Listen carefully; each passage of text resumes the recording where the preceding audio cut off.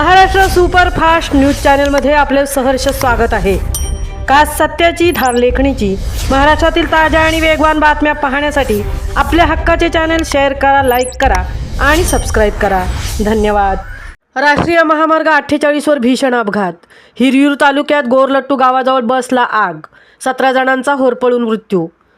राष्ट्रीय महामार्ग क्रमांक 48 वर हिरियूर तालुक्यातील गोरलट्टू गावाजवळ आज भीषण अपघात झाला आहे। खाजगी बस बेंगळुरूहून गोकर्णाकडे जात होती। अपघातानंतर प्रवासी बसला भीषण आग लागल्याने किमान 17 जणांचा होरपळून मृत्यू झाल्याची प्राथमिक माहिती आहे। घटनेनंतर परिसरात एकच खळबळ उडाली। अपघातानंतर बसने काही मिनिटातच पेट घेतला। आगीची तीव्रता प्रचंड असल्याने अनेक प्रवाशांना बाहेर पडता आले नाही। पोलीस, अग्निशमन दल व आपत्कालीन सेवा घटनास्थळी दाखल होऊन आगीवर नियंत्रण मिळवण्यात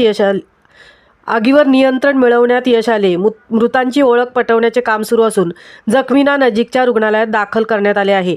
या अपघातामुळे NH 48 वरील वाहतूक काही काळ ठप्प झाली होती। पोलिसांनी वाहतूक पर्यायी मार्गाने वळवली। अपघाताचे नेमके कारण अद्याप अस्पष्ट असून तपास सुरू आहे।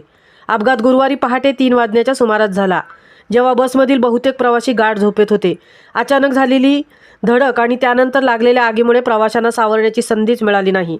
झोपेत असलेल्या लोकांना काही कळण्याआधीच बसमध्ये धूर आणि आग पसरली होती, त्यामुळे अनेक जण बाहेर पडू शकले नाहीत। या घटनेने रात्रीच्या प्रवासातील सुरक्षिततेवर आणि आपत्कालीन प्रतिसादाच्या यंत्रणेवर पुन्हा एकदा प्रश्नचिन्ह निर्माण केले आहे। महाराष्ट्र सुपरफास्टसाठी संजय खांबेटेंसह तृप्ती भोईर, म्हसळा।